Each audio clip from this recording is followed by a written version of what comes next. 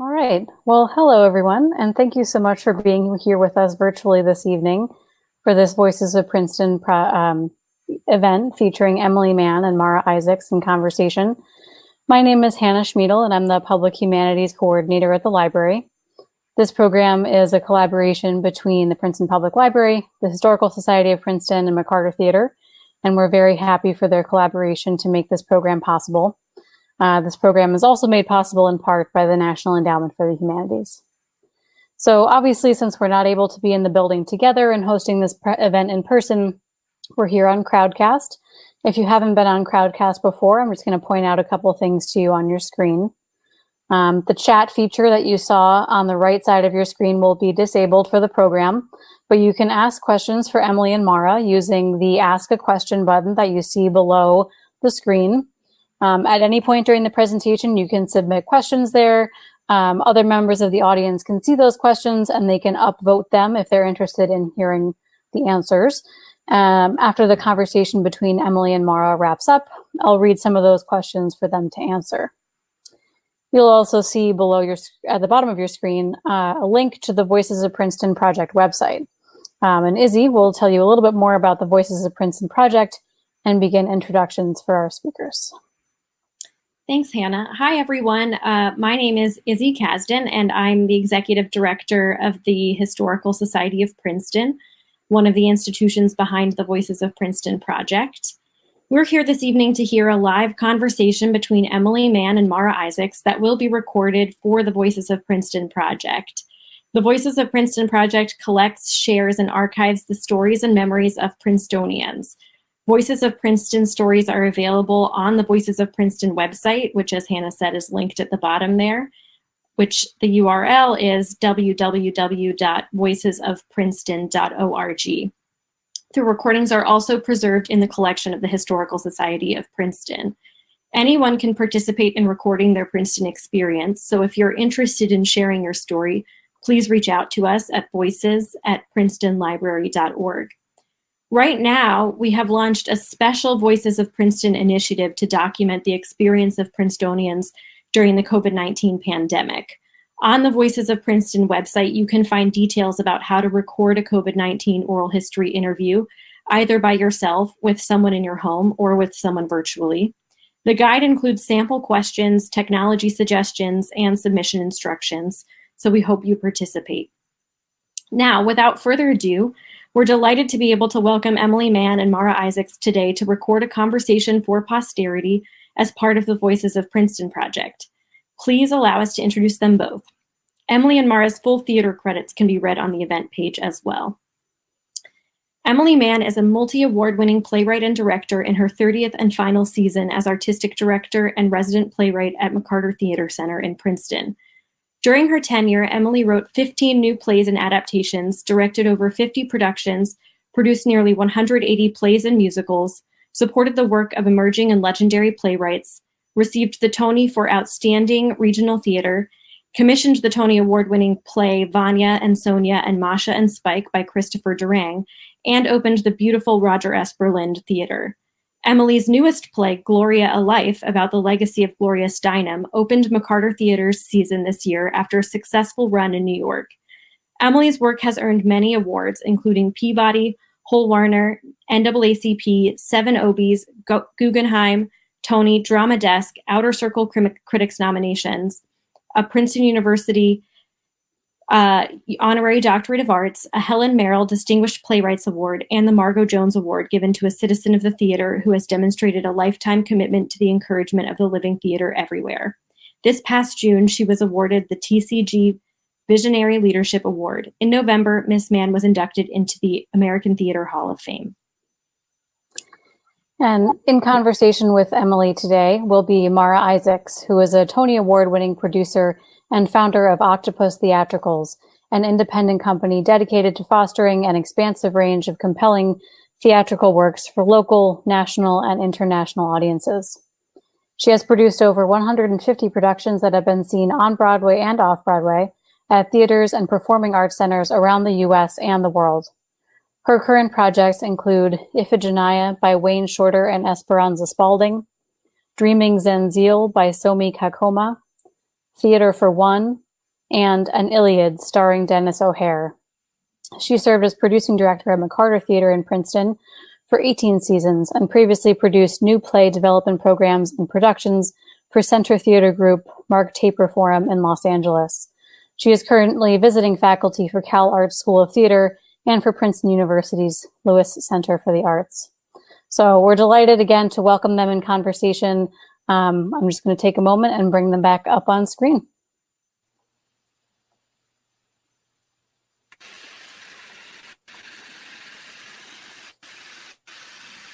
Hello. Hello. All right, I think this is it. Hi, Mara. Hi, Emily. It's nice to see you tonight. Nice to see you.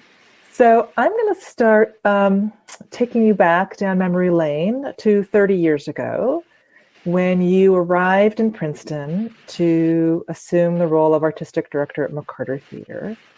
And I'd love to know actually what drew you to both the community and the theater itself. Well, it was a combination of things. One was the stage of life I was in. I was a single mother at the time with a child who was no longer portable. He had to enter first grade, and it was time to be in one place, to have a stable home for him.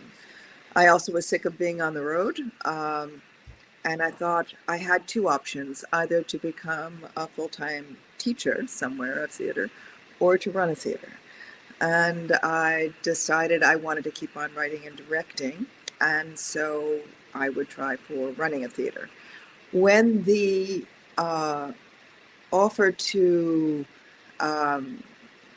apply for this artistic directorship came to me, I was happy that my father's finest student from Smith College, Nancy Weiss, now Nancy Weiss-Malkiel, who had been dean of the university, called me and said, you have to come, you have to come. And she sat me down at her dining room table and said, if they offer it to you, you have to accept. She said, look, I'm family. You'll have a family when you get here. You'll be fine. I'm a daughter of an eminent university professor. I love universities. I fell in love with the town. Nancy was here. I felt that the board was willing and excited to go in a new direction of really looking at new work to bring diversity onto the stage and into the audience, onto the staff. And I felt that they were willing to take a gamble on a rather radical young woman with a very radical, to them, agenda. And I was right. The fit was fantastic. So that was why I chose to come here. I felt like there was going to be a very exciting audience and a great deal of support for new work and new looks at the classic repertoire. Thinking back on those early years, what were some of your biggest challenges? Well, there were a couple of things I didn't know before I accepted the position. One was that there had been almost no work by people of color on the stage before I arrived, nor were there many people of color in the audience or on the staff or on the board. I knew the board and I thought, well, that couldn't change. I didn't really realize that. I didn't know that the theater was in near financial collapse. And when I arrived in July of 1990, by July 15th, I had a real welcome to New Jersey when the Arts Council had their budget cut in half, which added to the need for triage. Let's put it that way. The theater was in much worse shape than they knew or that I knew. And as I say, I'm really glad I didn't know those two things, because I don't think I would have come if I knew the full extent of it. And of course, obviously, I'm very glad I did, sitting here 30 years later. But those were two huge challenges. There was also a large challenge as a woman coming here. Very few women ran theaters as artistic directors in this country of theaters they did not themselves found. And that was a very big deal was made of that when I arrived. I mean, there was the usual, headline, man, first woman, to direct on this main stage, and now, McCarter Theatre. So there was that going on. And it was a very different town, I have to tell you. I think many of the stories. I've told you many of the stories of discrimination that I encountered. But I was glad I had the upbringing I had and the parents I had who told me to check out who's who, keep my eyes open, and keep doing what I believed was right.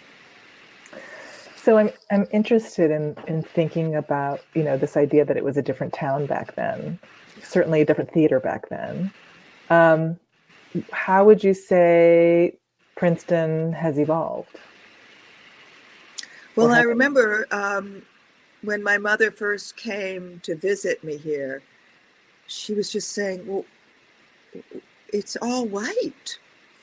She was very uncomfortable because she was living in Hyde Park in Chicago. Barack Obama's neighborhood is how many people know it, is the University of Chicago.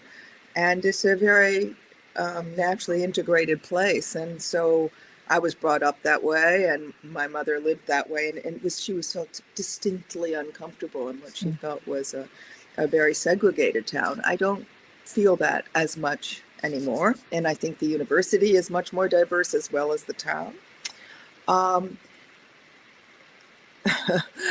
Oh my goodness. Should I tell the story about the Nassau Club?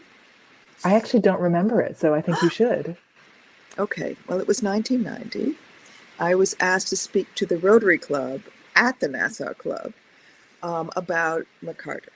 And so I arrived, and a gentleman met me outside the front door and said, okay, let's go around back. And I said, well, why are we going around back? And he said, well, a woman can't enter the front door of the Nassau Club unless she's on her husband's arm and he's a member.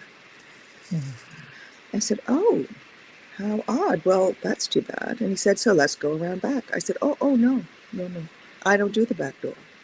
He said, but you have to speak. And I said, well, yes, if you want me to speak, I will go through the front door. So we went through the front door. But 1990. Oh, it's astonishing. It's astonishing. It's astonishing. It's a different place. The Nassau Club is a totally different place now. But yeah. One of the things that always makes me laugh is that you and I have both been heard to say that we came to Princeton intending to stay 3 to 5 years. And here we both are, you for 30 years, me for 25 years. So why stay? Well, of course, I will answer it if you will after me. I just fell in love with it. I fell in love with the town. It's beautiful. I fell in love with being part of one of the great universities of the world. I fell in love with our audience at McCarter. They were challenging and smart and open and really willing to take the ride with us. As you know, we did it, so much of it together. And I fell in love with my friends here, my staff here. And then on a personal level, it's interesting because it's coming full circle.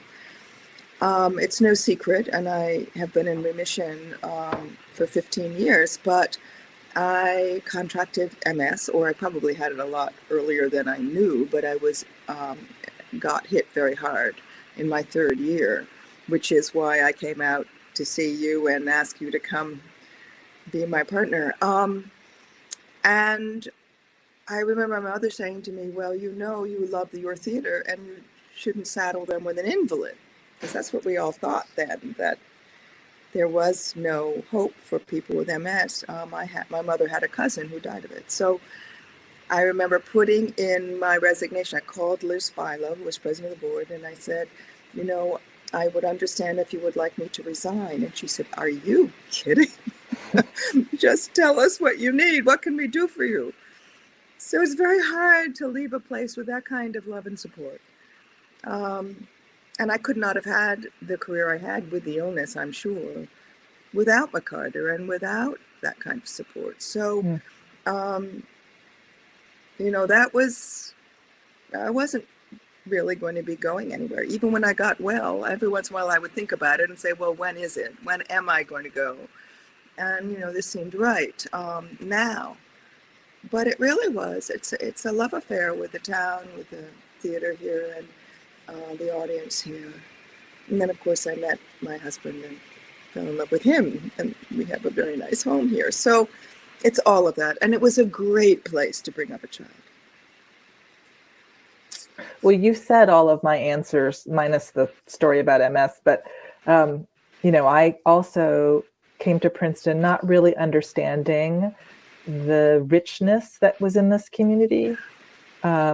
You know, I came from Los Angeles. I was a big city girl, and you know, there was a little bit of a shock to the system, which I adjusted to actually rather quickly, and realized that the quality of life here was the best, that I could have New York and Philadelphia at my fingertips when I needed that particular jolt. But the community that I have built here in the 25 years, and like you, I got married after I moved here. I had a child and raised a child here who's now about to graduate from high school. And it's been really interesting that one of the differences between us is that I left my position at McCarter, as you know, almost 7 years ago. And everyone assumed I would move to New York City. And I didn't move to New York City. I stayed in Princeton, and I commute, and my work takes me all over the place. And as I like to say, all that matters is that I live near an airport. And in this particular moment, am I glad that this is home and that this is my community? I feel exactly the same way. And when I said in some ways it's come full circle, you know, there was the MS 27 years ago or 26 years ago, and now I thought I would at least get an apartment like you have in New York, so that I could go back and forth with more ease. And I just today canceled my subscription to Street Easy and stopped looking for apartments. I thought, why would I want to be in New York? And if I eventually do, it's not going to be, I don't think, for a couple or more years. So I feel so grateful that every day I wake up in this beautiful home, in this beautiful town where people are generous to each other and helping each other. And when I want to get fresh air, I literally walk around my house or go across to the beautiful Institute for Advanced Studies and walk around their circle. And people are wearing their masks, and they're kind, and they're friendly, and people are always asking how they can help. And I'm home. This is the right place to be. That's really nice. All right, so I'm going to go back to the pre-COVID-19 era for more of our conversation. I want to sort of dig in a little bit to your work as an artist, and think about, I mean, you've had so many wonderful accomplishments, many of which were listed in the introduction. I'm curious, though, as you think about the work, if there's a particular project or event that you're most proud of that really stands out for you.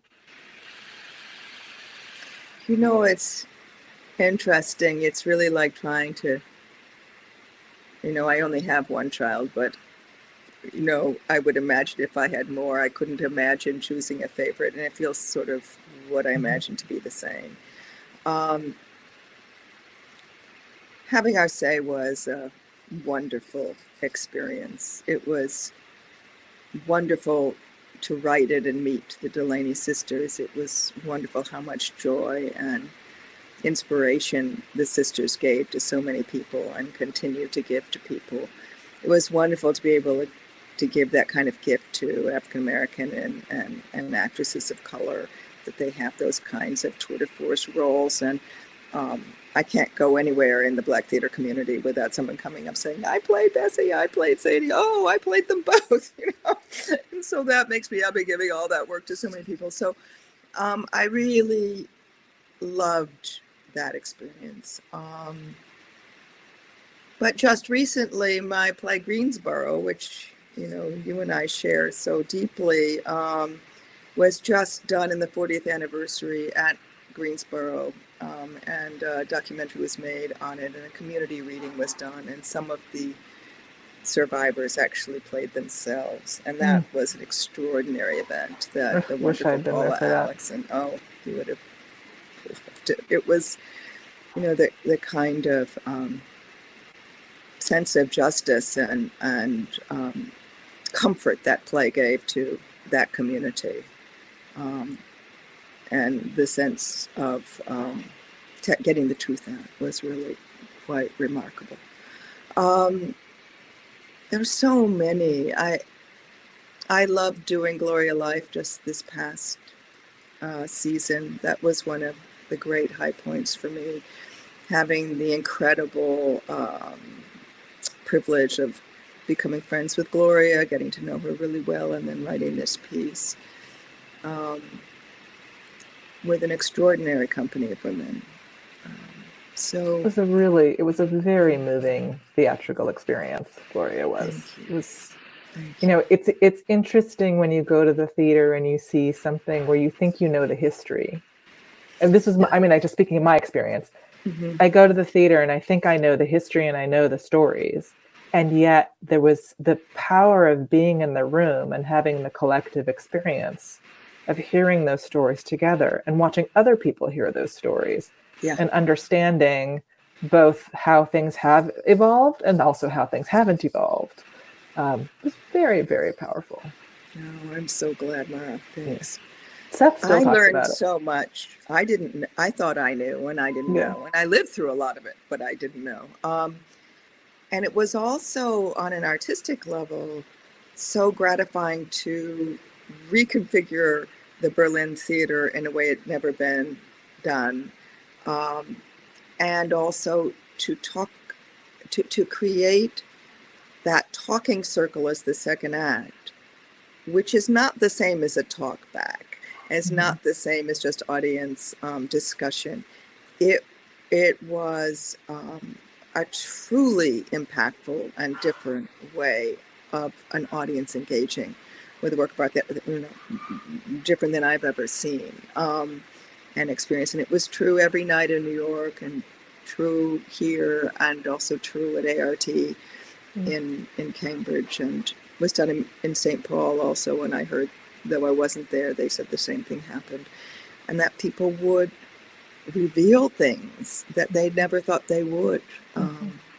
Astounding, and gave me such hope for the future. It's truly a demonstration of the power of gathering together, which I know we're all missing right now, because I think there were things that happened in that space that couldn't have happened if somebody was watching the movie version. Absolutely. Or the live streamed version. Correct. You had to be in the room, and things get unlocked because of that. So. That's right. I mean, it really is a testament to live gathering, live in completely. The same space at the same moment together. Yeah.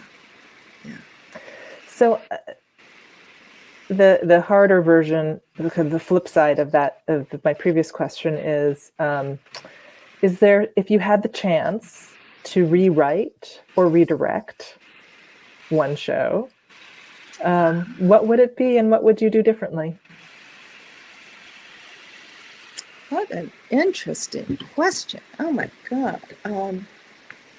Rewrite or redirect? Oh Lord, that's me. I don't know how to do that on my computer. Oh my. Rewrite or redirect? I think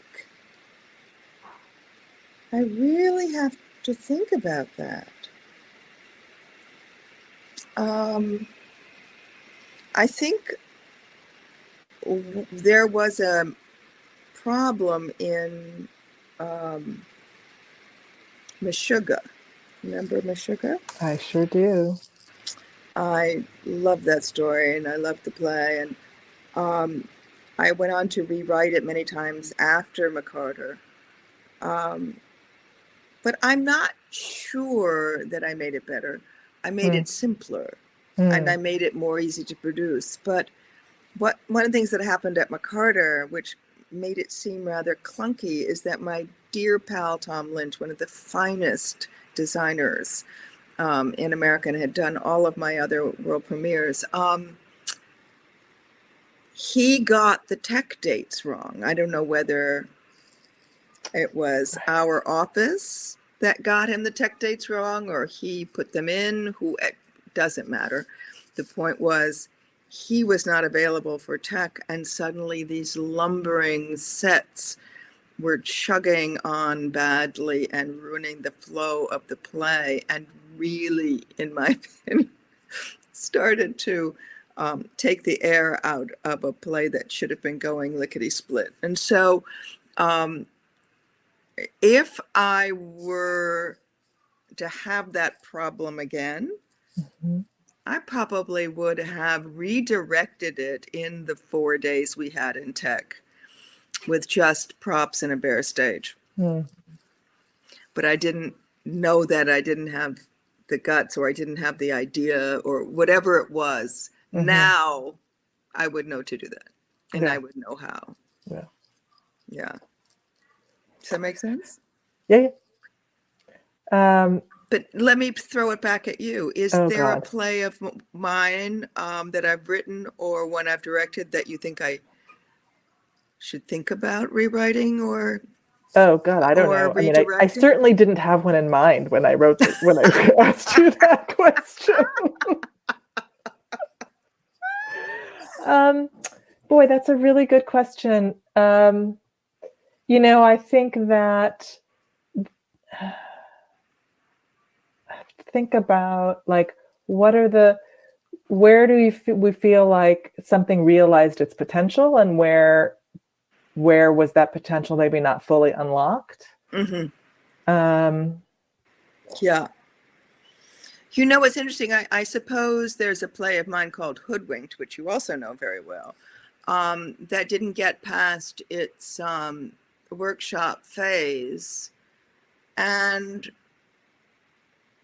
I don't know whether I would do it differently or not. I think I wanted to play with the idea of a play of ideas that was a springboard for deeper study and discussion. So it really was a rather intellectual, not exactly pedagogical, but in a way, giving enough information out there so that people could really talk. And I think we succeeded in that in our workshop in the rehearsal room at McCarter in our lab. And I'm proud of it, but I think it was a piece of its time. And I've written, interestingly enough, a couple of one-acts about characters in it that were more fictional, that are more theatrical and dramatic, and it got all my juices going in that way. But I don't know that play as a documentary, neither do I want to go back to it, nor do I think I know how to make it better in that form. What's interesting, though, as you're talking about it, is that I am hearing the blueprint for Gloria.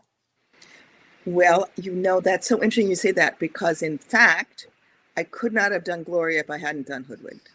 So there you go. Yeah, in our profession, nothing's wasted, No. And I just never made that connection until just now, actually. Yes. Yeah, but that makes complete sense. What does your future hold, do you think? Well, what's so interesting? I want to ask you about yours in a moment, but I feel almost guilty saying that I'm loving having to stay in right now. I'm loving this pace. I love that I'm not rushing from pillar to post. Yeah. I love that I am writing full time and adoring it. I have 2 new big projects. One was a commission, I think I told you about, of The Pianist by Spielmann. That memoir was made into the brilliant movie by Polanski, Adrian Brody. It's about a pianist in Warsaw, Jewish, whose life was turned upside down in an instant, lost everyone in Treblinka, and somehow was one of the few Jews to survive the Holocaust in Warsaw. It's a beautiful play about survival, the power of art, and the love of family and grief. It's a gorgeous play and a gorgeous story. And so I finished 2 full drafts of that, and we were going to go on to workshop and then hopefully a production this coming season, and obviously that is on hold. But I continue to work on it, and the producers continue to be just so passionately for it and of keeping it alive. So that's one project. And the other project is a new musical, a love story. I think I mentioned it to you. Lucy Simon, who is the composer of Secret Garden, that's what she's most famous for, and her sister Carly Simon and I are working on a stage adaptation, a musical of Kent Harroff's Our Souls at Night. It's a beautiful love story, and I finished the first draft of the book. Lucy is halfway through the score and lyrics with Carly, and now Susan Birkenhead, who's just a fantastic lyricist, is also coming on. Great. So it's a great team. So how does that, can you talk a little bit about how that collaboration works? Like, how much are you working together? How much do you work separately? How are you working now? Right. Well, it started with me and Lucy, and we got together at the Sally B. Goodman retreat last June. Excellent. And we were in the same room together for the first time and probably last time for quite a while. And within those 10 days, we wrote the first 4 scenes, and she wrote the first 4 songs. I mean, we were just so inspired being together. We outlined the first 2 of the 3 parts, and in the same room and talking, and I'd go off and write with ideas, and then she would be at the piano, and I would come back at the end of the day, and we would put our things together. It was just thrilling. Then when that came to an end, we kept working all this year between my shows and McCarter obligations and her other obligations. And we got really far just with phone calls and her sending things and me sending her things, and you know, in separate rooms. Carly came on with some fabulous lyrics that I fell madly in love with. We were not ever in the same room. Now Ted Sperling and Victoria Clark are interested in being part of it as music director, actor, team, and so it's a nice collaboration. And we get together on Zoom, and we talk things through. So tomorrow we have a 2-hour Zoom meeting going through my draft that I put in that everyone seems to be quite happy with, and then Susan and Lucy and I will start having, you know, lyricist, composer, book writer. We'll be doing a whole new set of things as Susan sort of becomes part of the mix. She hasn't actually written anything yet. She's just been part of the process of critique of the book and ideas, and she's just fantastic. Yeah, so great. It's just, we're free flowing, working with the tools we have, basically. And it's interesting. Susan tells me that she's been working on a musical all year with someone in LA, and they were doing Zoom before COVID. Yeah. So, you know, people are finding ways, since we're so far flung anyway, of not having to be in the same space to create together. It's exciting. I'm enjoying it. So I think a lot of my life is going to be about writing. And I, you know, also, it's going to take a lot to get me directing again. I mean, Ken Ledwood just asked me to direct a world premiere of one of his plays, and I did say yes, but the idea of leaving home, it's going to have to be in a really, I have to have a really nice apartment or hotel room. Well, by the time anyone can actually produce a new play, you might be ready to have a break. That's so and true. Leave home. Yes, so it might work out okay. It might work out. That's why I'm not saying no. Yeah. I am saying yes to lots of wonderful offers coming in. Yeah. No, that's amazing. Yeah. That's amazing. So, and how about you? Oh gosh. How about me in terms of what does the future hold? Yeah. I really have no idea, because, you know, the impact of the pandemic is colossal for all of my work.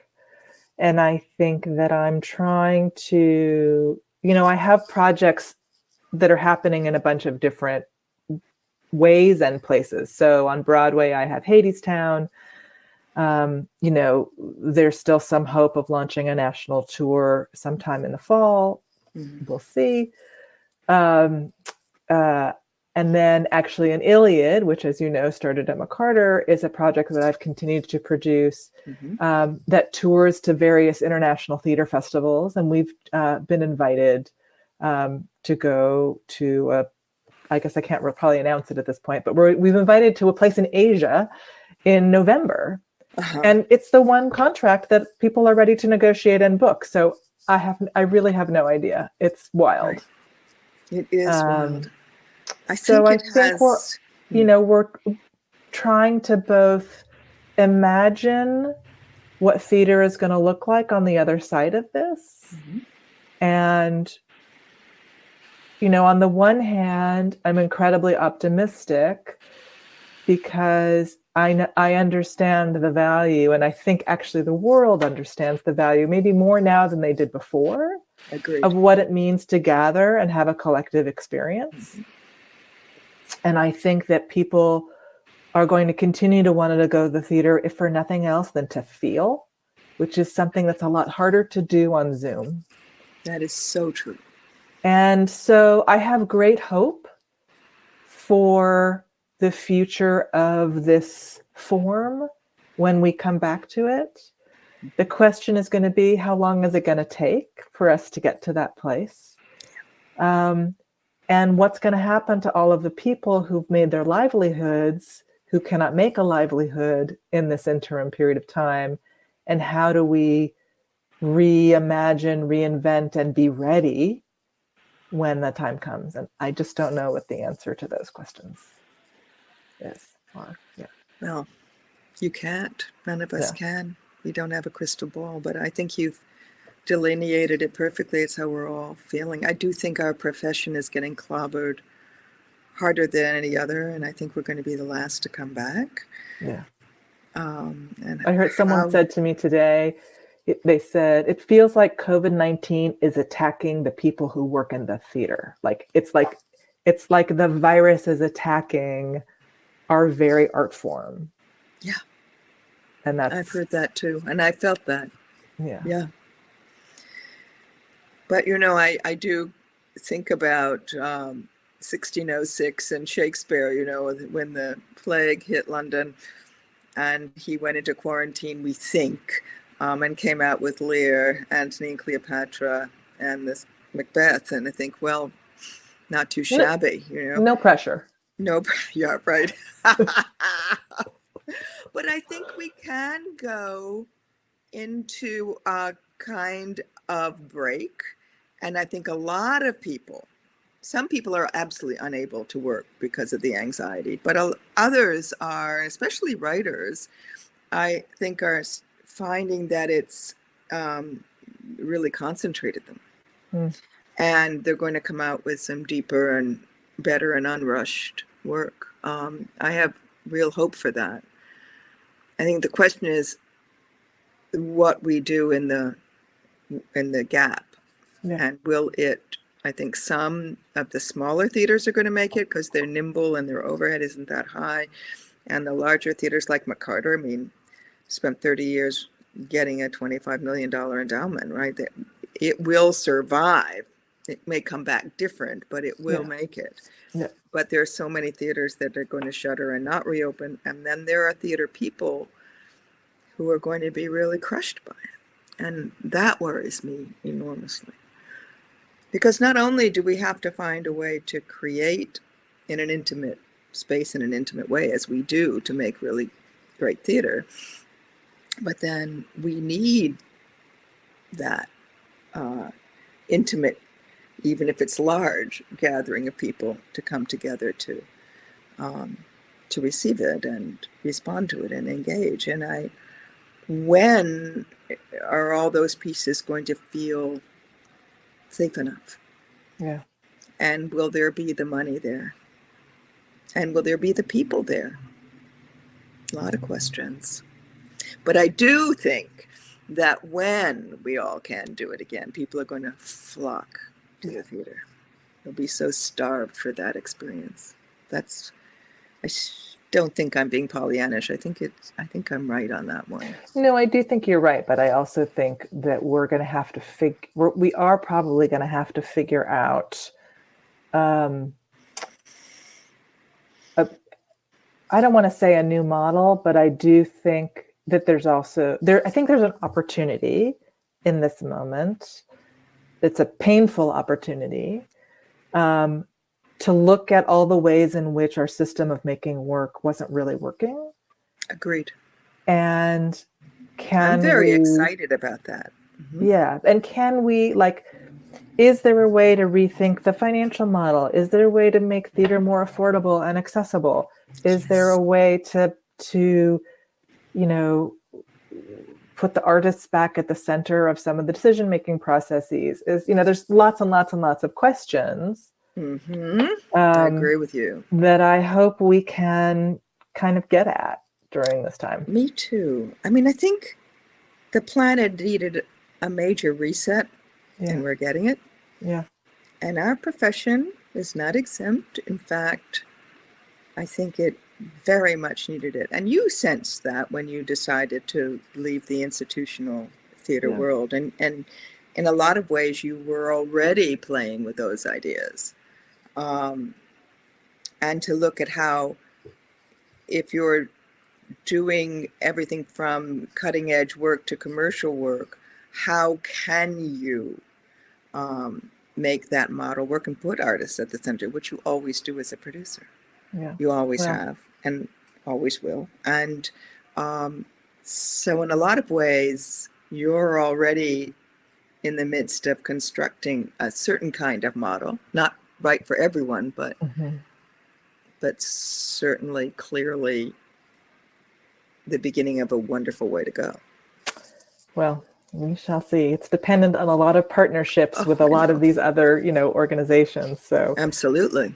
And we're all interdependent. One of the things the other silver lining of the many in this horror is people becoming very aware of how interdependent we are. Yes. And how we need to be dealing well with each other. Yeah. That my health depends on your health and vice versa. And that's a very important lesson to learn. We're learning it the hard way, but I hope that some of the lessons that we're learning stick. Oh God, me too. Me too. I mean, I'm not as, happy and naive as I sound. I worry they won't, of course. Yeah. But wouldn't it be wonderful if some of them did? It would be great for our profession, certainly, in our world. Some of the things that you're saying are making me think about the people who will be listening to this recording in the future, when this is in the archives, and thinking about what would we want them to know about this time. I don't have an answer to that question, and I don't know if you do, but that's the question that I'm thinking about right now. I was thinking about it earlier in our conversation. It's so interesting that you articulated it. I do hope when people watch this, they understand the shock and horror of it, of course, and the pain and the loss and the grief. But that in some ways, we're all learning the best of what it is to be human, I think, at this moment.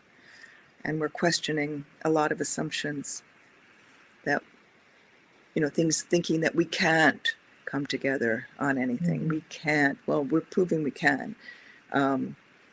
People are wearing masks. They did stop driving their cars. They did stay home. They are aware that in the vast majority of this country, people know that their behavior impacts others, and they don't want to be responsible for another person's illness or death. That's huge. Yeah. I think more and more people are beginning to see why universal healthcare is so important. They're beginning to see, maybe we can do something about climate change. Maybe we can do something where we think of ourselves as a global community, that there's more that we have in common than what divides us. I'm hearing this from people of all ages and from all walks of life over and over and over again. And that's the side I hope we don't lose. So when people look back on all of this and listen to us I hope they think, well, yes, we did learn that, but some will, maybe it's more likely people will listen to me and say, oh, poor dear. I hope so. She had such hope. She had such hope.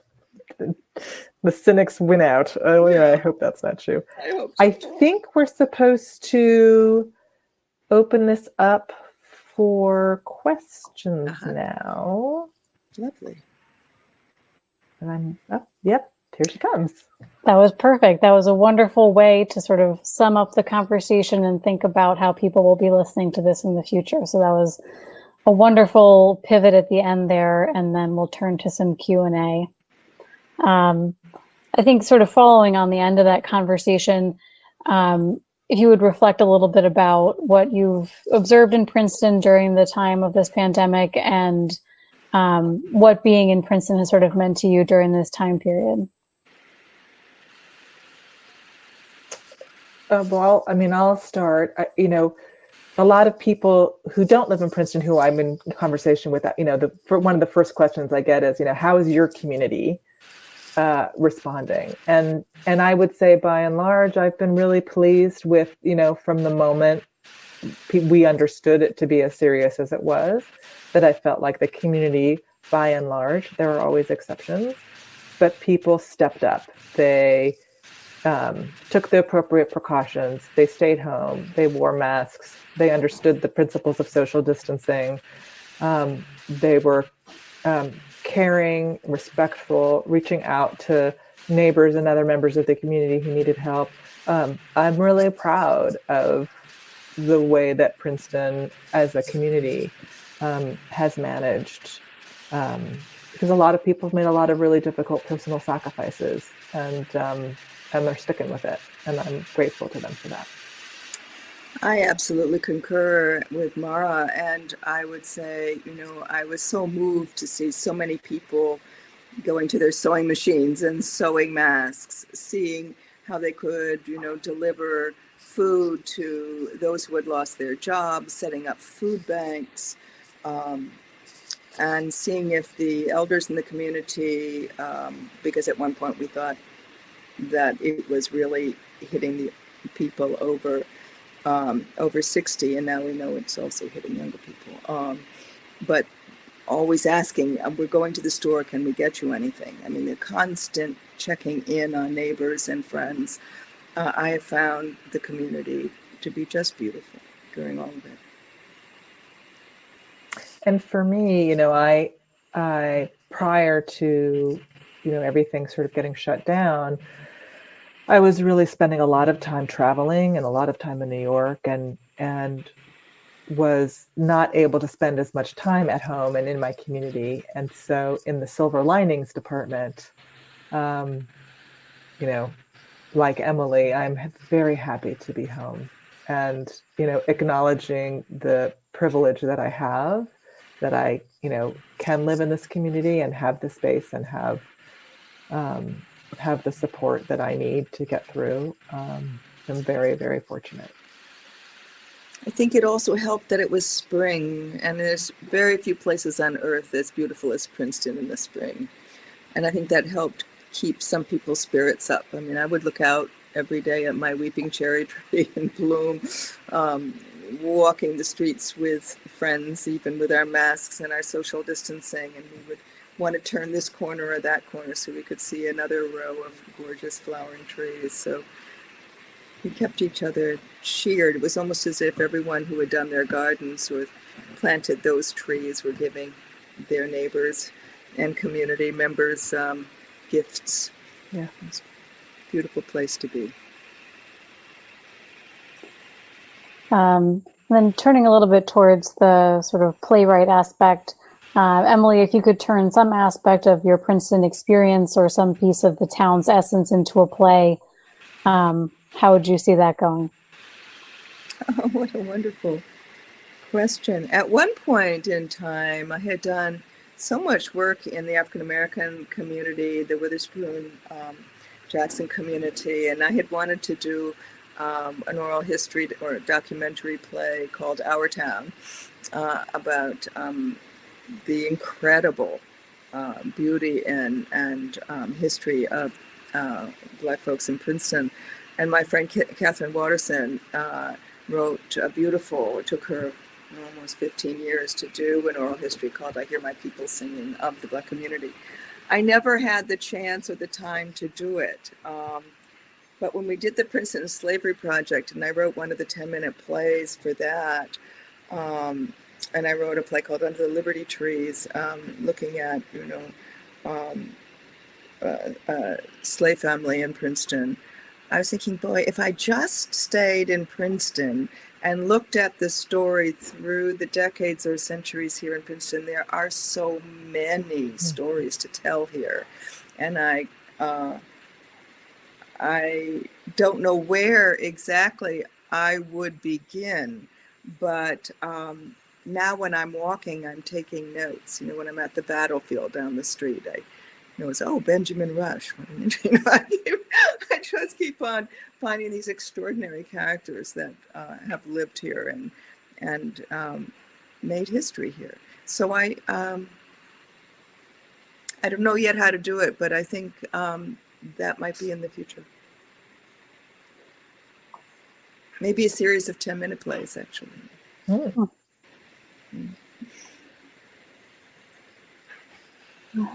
Any other questions? And then let me just check one more thing here.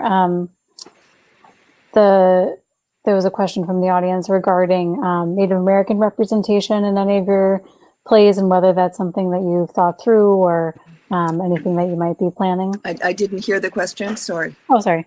Whether there's any Native American representation in your plays or if you've thought about that for upcoming projects. Yes, well, in Gloria Life, I was so happy to have the character of Wilma Mankiller in it, who was the first woman chief, modern chief of the Cherokee Nation and one of Gloria Steinem's best friends.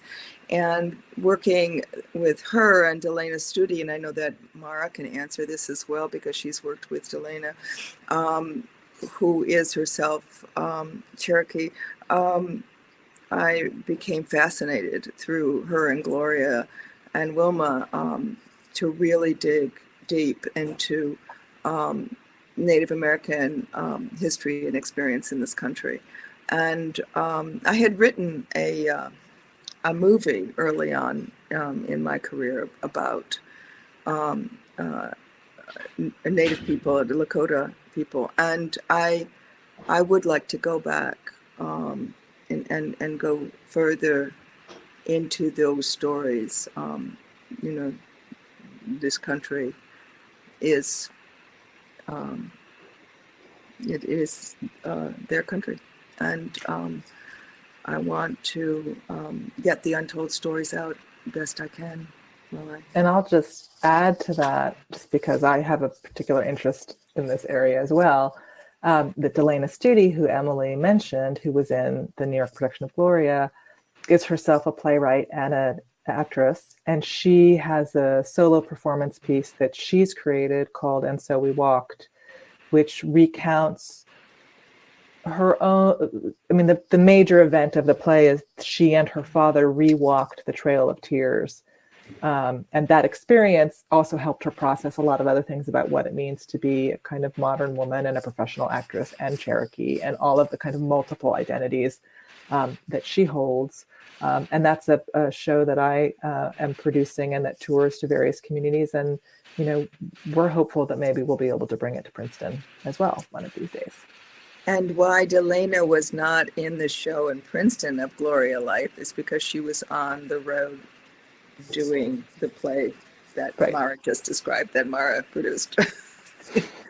And we're connected even when we're not connected. That's the right. moral of that story. Exactly right. I love that.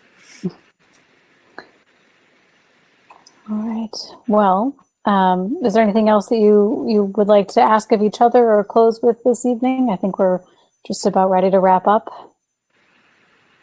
I mean, I just, Emily and I have been friends and colleagues for a very long time. I treasure our friendship and our professional time together. I think it's pretty unique.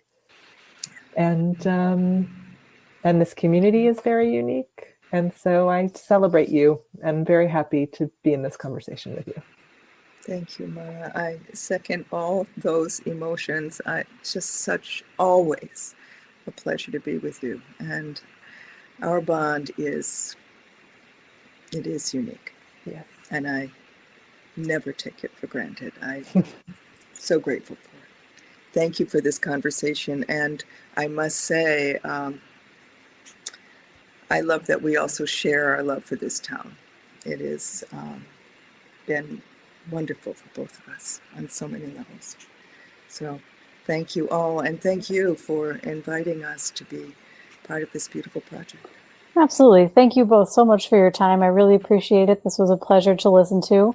And thank you very much for participating in the project. Thank you to McCarter and the Historical Society for helping put this together. And we're excited to add this to the Voices of Princeton project. So this is the moment when we would normally break into applause. So we'll mentally insert that here. It was wonderful to listen to you both. Yeah. And thank you again. Thank you to all the audience members for being here. And be well. Thank you Thanks so much. Good night. Good night. Good night.